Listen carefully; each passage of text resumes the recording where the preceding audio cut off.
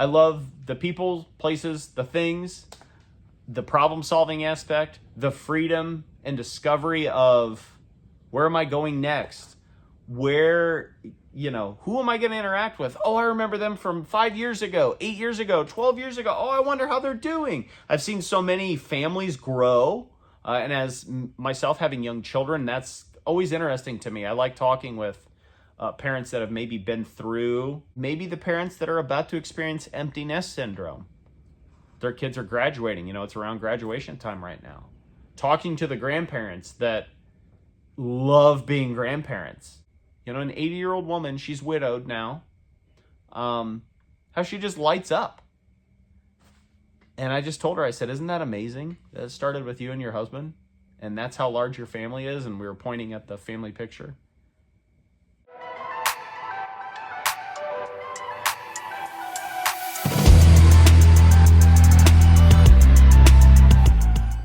Hello, everybody. Chris Shipley, Shipley Pest Solutions.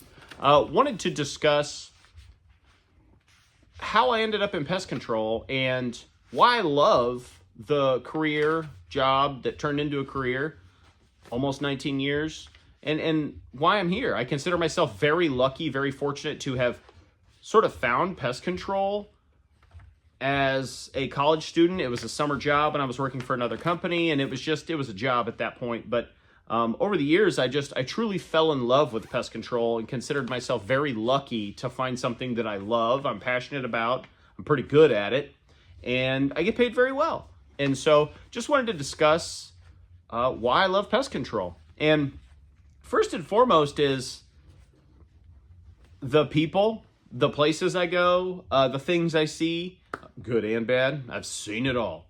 The only thing I haven't found a dead body yet. Going on almost 20 years here, I still haven't found a dead body. Not asking for them, don't want to find them. But other than that, I have seen everything else. I have seen everything. I've had guns pulled on me numerous times. I have seen many ladies of the night. I have seen living conditions that would make many, many people really question humans at times. I have seen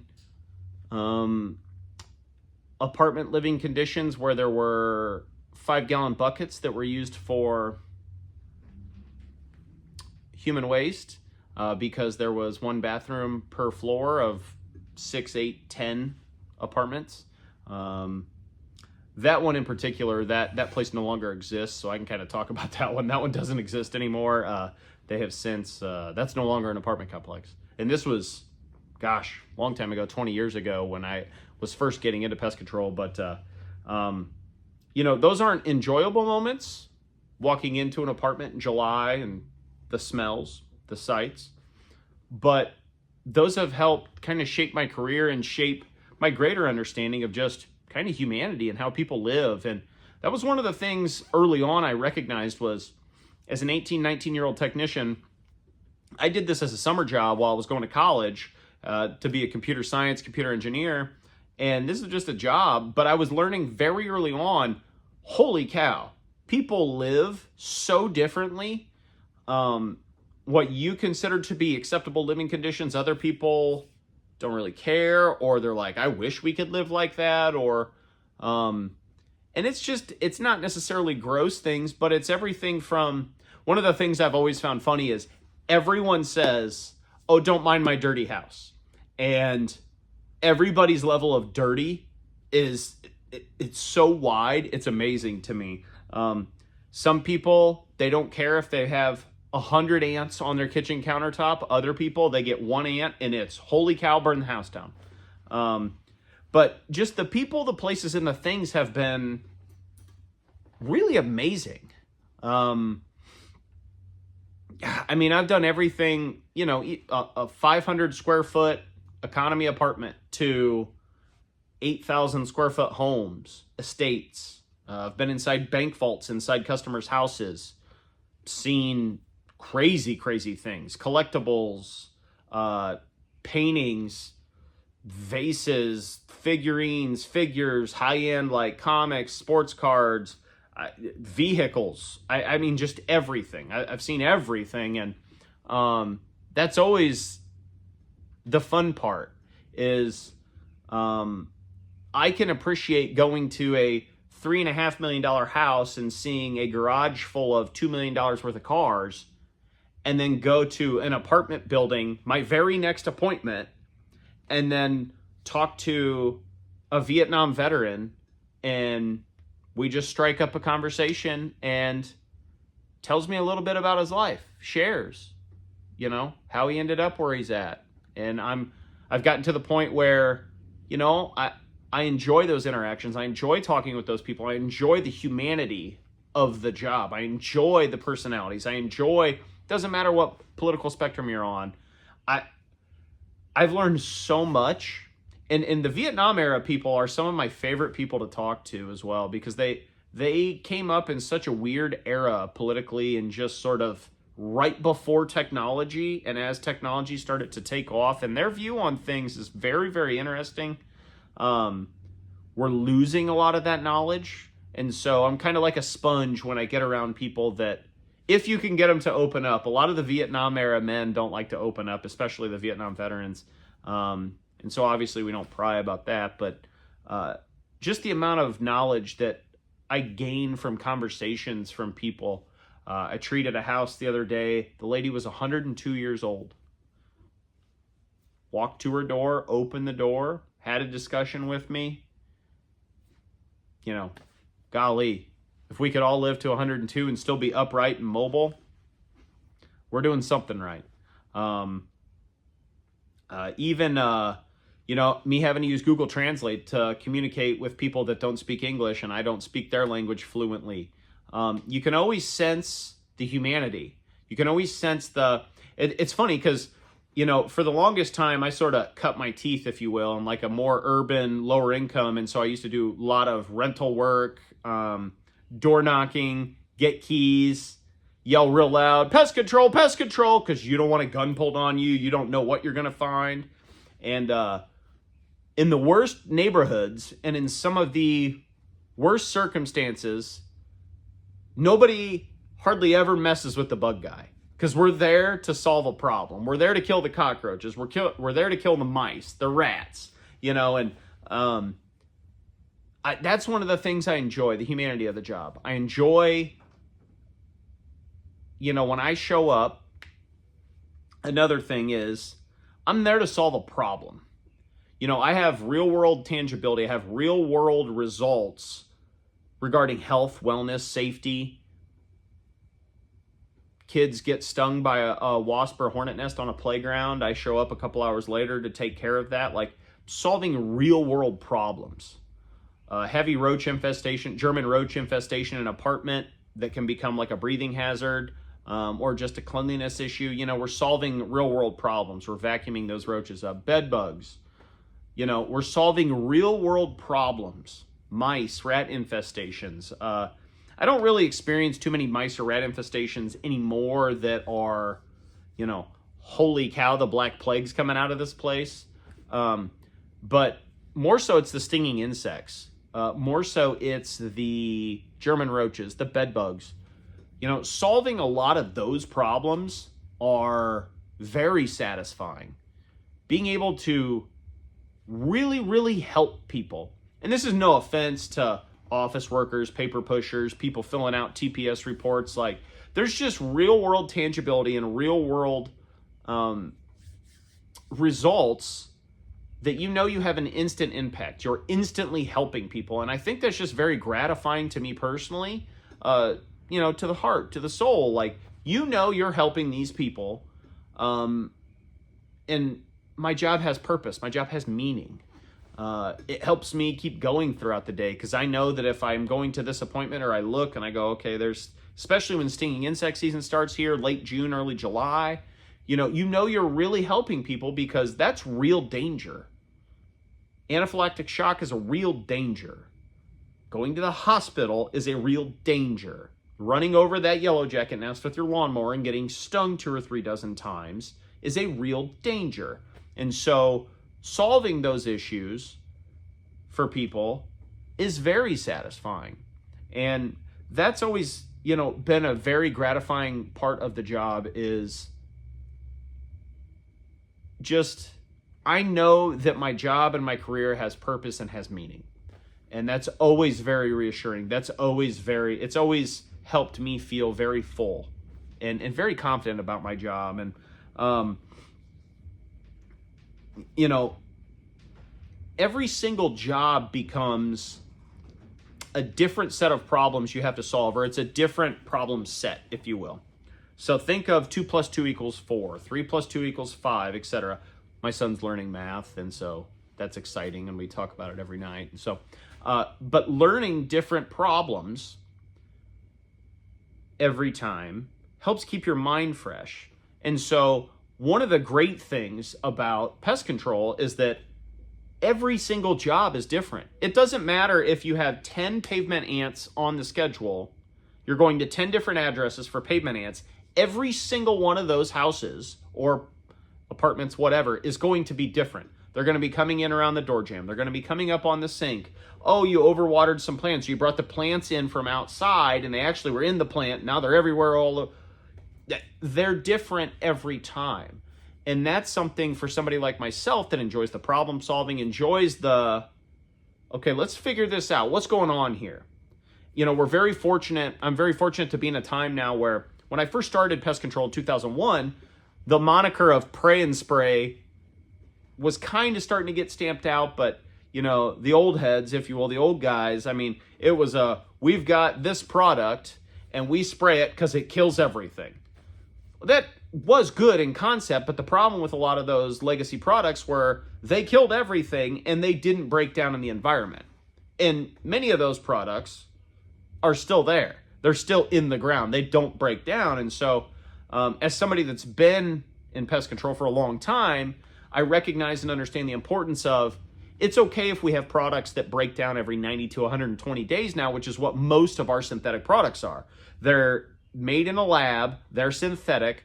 They're literally made to be used in and around mammals, us, cats, dogs, your typical pets. And once those products are dry, they're safe to interact with. And so I really enjoy the problem solving aspect because the tools that we have as pest control technicians now are amazing.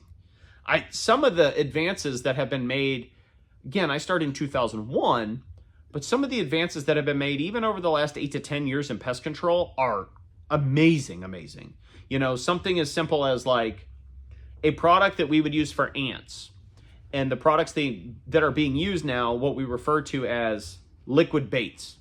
And the reason we refer to those as that is because when an ant when a social insect such as an ant, this goes for stinging insects as well, when they walk across that product, because ants have a flat foot, and so their contact point to that product that you might spray across an area is rather large, and then when they pick it up, they preen themselves, their antenna, their feet, they ingest that, or they're transferring food via trophallaxis, mouth to mouth, and so they pass that product very quickly in social insect settings. And so some of those products that are liquid baits have an excellent use case now, because we can use those specific products for those specific cases, and you don't just have to spray and pray. You don't just carpet bomb the entire place, even though if you focus on 10% of, say, a home or a foundation or a structure, that really solves the entire problem. And so the problem solving aspect is awesome to me. I love it, because every day I look at my schedule and I go, oh, okay, yeah, that's normal, Oh, that's interesting. Okay. Oh, that's a callback. Oh, so I did this treatment 3 weeks ago. They're still having these issues. What did I miss? Is it something different? Do I need to use a different product? And so those types of situations keep me going. I thoroughly enjoy that. And looking at my schedule and looking down the list of 10, 12, 15 things a day, I sort of have this sense of, it's almost kid-like. It's almost a sense of freedom or discovery. Not like I'm Lois and Clark, but I go to a lot of places that, haven't been down this road, haven't been down here. Oh, I've driven past this place 1,000 times. Now I get to go in here. I get to see this antique building. We live in northern Indiana here where We have a lot of older farmhouses. We have a lot of historical places as well. I've been in some amazing houses, historical places that built in the 1860s, 70s, 80s. And you go into those places and it really is awe-inspiring. I mean, it's amazing to me to be able to go into some of these places that were built 100, 120, even 30, 40 years ago. You know, everybody knows that 70s wood laminate wall paneling. You know, everybody knows that if you've lived in an apartment or been in a house. That still exists. There are still places that have the 70s wall paneling. I inspected a place the other day that had termite damage in it, but had it. And I always kind of jokingly say, like, what's going to be the 70s wall paneling from this era? And I think it's going to be kind of the gray and blue slate color, sort of almost like flooring. And then, you know, the white checkerboard, white, blue, gray checkerboard backsplash that everyone likes to use right now. It comes in basically, I think it's like 6x6 squares. Anyways, I find funny. Because I inspect and I treat a lot of homes that have been updated, flipped, whatever. But going into and being able to explore some of these places that the regular populace, you never get to go into a lot of these places. And I've always said this too, and some people kind of poo-poo it, but being allowed into someone's home is, you know, your home is your most... intimate's kind of a bad word, but like, you know, that's your space of, it's just, that's your space of just confidence. And being allowed inside people's homes is really like I mean, it's a trusting thing, but you know, that's also when I have some of my best discussions with people. People really open up and people feel really comfortable. And having those discussions, again, another part of it just harkens back to being able to experience and discuss and talk with people.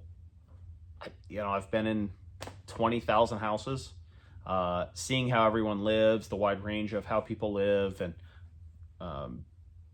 it's opened my eyes to a lot of things too. And, you know, I can think and believe certain ways, but then talking to people from other sides of the spectrum or just hearing different points of view that I've never heard or seen. And I consider myself very lucky. I consider myself very fortunate to have a job where I can do all these things. Freedom of discovery and going into these neat places and seeing some of these things that people never see, because lots of people aren't going to just share like, hey, I have a bank vault in my house. And seeing collections, seeing plenty of things you don't want to see. Could do a whole video on that, but I don't think I could put it on YouTube. And you know, I think the final thing, and really probably in this order, because I think many people can find jobs or careers that they're good at and you get paid very well. But I consider myself pretty good at what I do. I think the free market has said that to me. Being in business 8 years now and being in the industry 19-ish years. And so I consider myself pretty good. I listen. I like to learn and find new things every day. I like to, sometimes I make it a game on how can I get more efficient on just treating a basic house. You know, it's something as simple as angling my hand, or if I pull the hose, or if I treat as I walk. I get into the minutia. I'm kind of crazy that way, where I like to push myself or really try and just strive to be better. You know, oh, these ants were coming in on the dog dish, and there'll be times at night where I'm thinking, did I miss something on the counter over by the slider door? Should I have done that? Yet I still enjoy that aspect. And I think that's what keeps me going, is I consider myself pretty good at what I do, and get paid pretty well. Consider myself very fortunate. You know, we are rewarded nicely by the market. But there are many reasons for that. You know, that black turtle shell tank right there, you know, that's not water. That's a pesticide. That's a product. So we take great care in what we just not only transporting, but then applying, mixing, transporting the raw products, or having the raw products, the right products to be able to use in different situations. And so there's inherent risk there. It takes a certain level of responsibility to be able to drive a truck around all the time and do so safely, do so responsibly. And so, yeah, we're paid very well. We're rewarded nicely by the market for what we do. But again, to go back to the health and wellness and safety aspect, what does the cost of an ER trip, you're riding in the back of an ambulance to the ER because you just ran your lawnmower over Yellow Jackets and got stung 24 times. That trip's not going to be cheap. So if we're going to come out for $150 and kill your insects and we're going to warranty it, seems like a pretty fair trade to me. If you're not risking your health or safety, you're not risking going to the ER or something like that. I think that's a pretty fair trade. So, yeah, I love the people, places, the things, the problem-solving aspect, the freedom and discovery of where am I going next? Who am I going to interact with? Oh, I remember them from 5 years ago, 8 years ago, 12 years ago. Oh, I wonder how they're doing. I've seen so many families grow. And as myself having young children, that's always interesting to me. I like talking with parents that have maybe been through, even, peers, they're going through the same thing I am. But I always like talking to maybe the parents that are about to experience empty nest syndrome. Their kids are graduating. It's around graduation time right now. Talking to the grandparents that love being grandparents. And I spoke with a lady, I think it was this week. Yeah, this week. I think she said she has 12 great-grandchildren. I mean, that's amazing to me. That's amazing to me that you get a man and a woman, they have their 2-3 children, and then their children have children, and then you're alive to experience great-grandchildren. And she had 12 great-grandchildren, and you could just see how they light up. An 80-year-old woman, she's widowed now, how she just lights up. And I just told her, I said, isn't that amazing? That it started with you and your husband, and that's how large your family is, and we were pointing at the family picture. And so just real interactions, real experiences, I really enjoy that. That really enriches me. That's sort of my reward on top of obviously getting paid well. The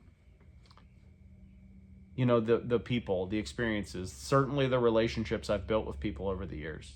Having people that don't question us, that understand that I'm going to be honest with them. They call, actually, there's not really a solution to that. Or actually, it's a squirrel. You need to call these people because we don't do critter remove. Becoming a trusted source in the community for pest control, for what we do. There's a lot of value in that, and I take a lot of pride in that. And so, yeah, that's why I love pest control. Many, many things. I think it can be oversimplified. I think a lot of people, hey, Spider-Man, hey, bug squisher, hey, bug guy. I've heard it all. And I love what I do. I'm grateful for the customer base that we have. I'm grateful for the jobs every day. So thank you, everybody. Have a good day.